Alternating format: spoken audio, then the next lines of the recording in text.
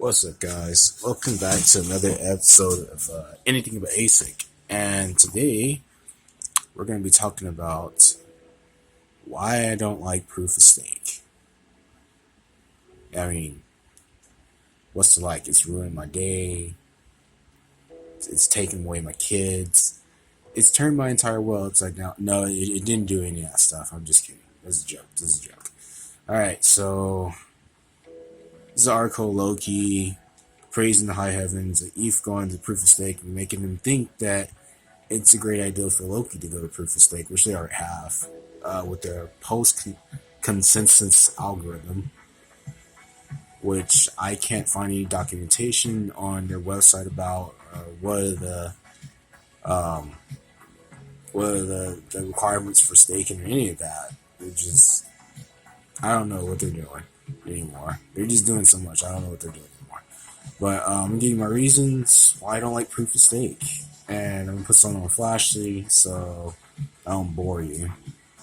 Let's see where to go. Where to go? There it goes. Bitcoin dominance chart. Okay, so just some notes I wrote down of what was in the article. Proof of work has hardware barriers, hard to get hardware, price, location, all that good stuff. Competing with giant ASIC farms, power consumption, and environmental damage. Okay, my counter argument to this is that this is not generally true, as as coins mined with RandomX are CPU dominant, meaning they don't use as much power, and that seems to be a trend that's catching on. But it's not all coins, of course, and Bitcoin and Litecoin will probably never reverse course on that because at this point they're kind of sponsored by Bitmain and then the Silicon Canyon at this point. So there's that. But if a crypto were to make a memory hard algorithm from the beginning, it would be less likely for ASICs to come to market. Yes, there are ASIC farms, but that comes down to the developers to correct that issue from the beginning. And they did. If in the coin Sidecoin, if you remember how that went, they knew that Bitmain would try to scam them since the algorithm was open source.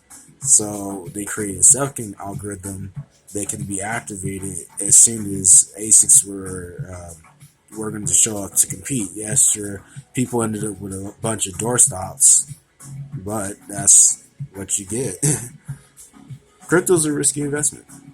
Well, going on, as far as power consumption goes, as other countries come into the modern era, they will use more electricity just as a consequence of being a modern society. China being one of those going through its industrial revolution, as you see, it just doesn't care about the environment. It's just going to do what it's going to do to catch up to the rest of the world. And this is a byproduct of where we're going.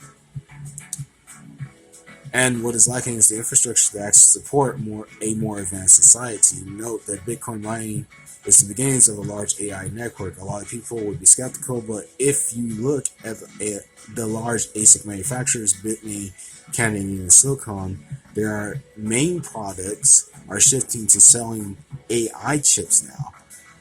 In essence, we need to know how much power a global AI network will consume, and mining solving a computational algorithm is a good way to drive demand, thus creating innovation for new technologies to produce more electricity. Okay, going on. Further down the article, an alternative to the proof of work is proof of stake, and how to implement that. You can do it on your own or do it with VPS.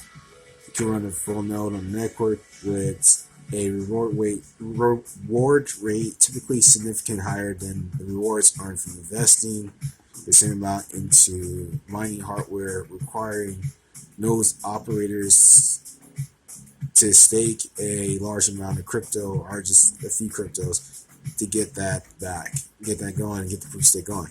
And my counter argument to this is really just the meat and potatoes of why I don't like proof of stake.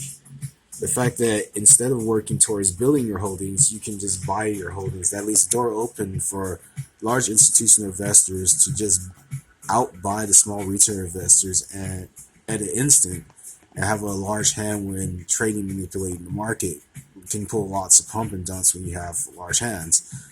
So let's say the institutional investors made this a corporation to trade crypto. If the trades are not going the corporation's way, they can just hold large amounts of coin until the small retail investor sells or completely crash the coin with their large holdings.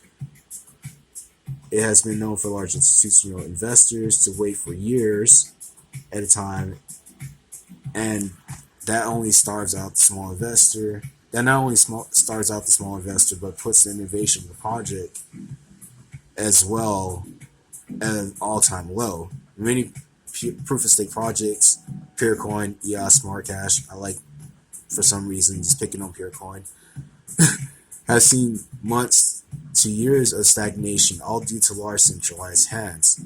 Peercoin.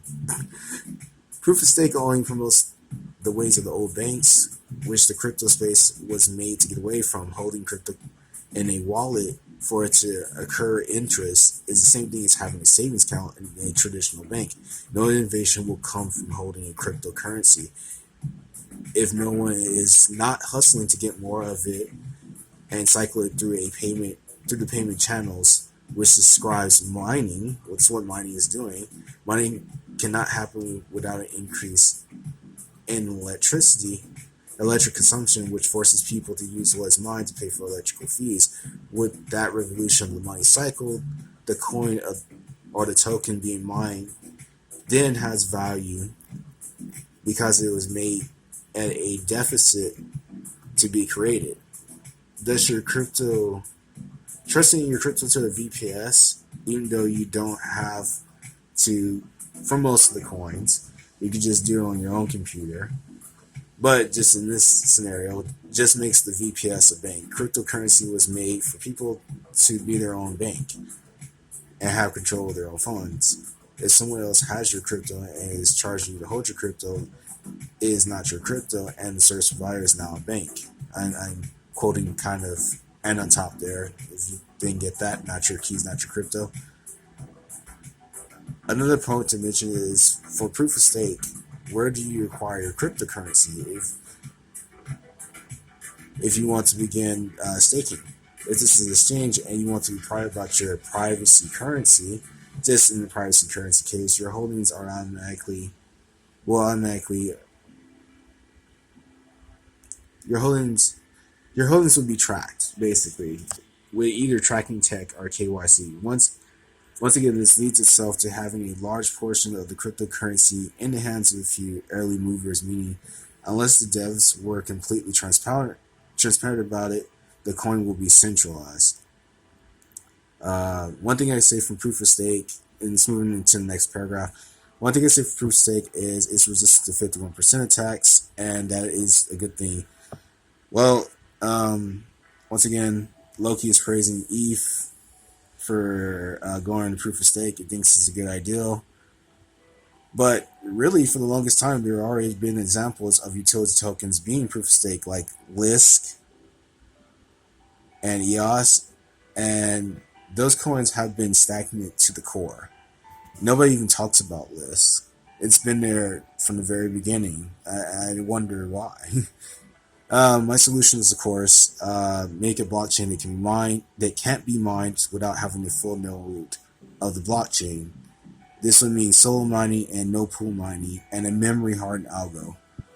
And that's basically why I don't like proof of stake. Guys, I tried to wrap this up in less than 10 minutes. And that's how long I can run a video. And let me know down in the comments. I'll be leaving the link to this article in the description.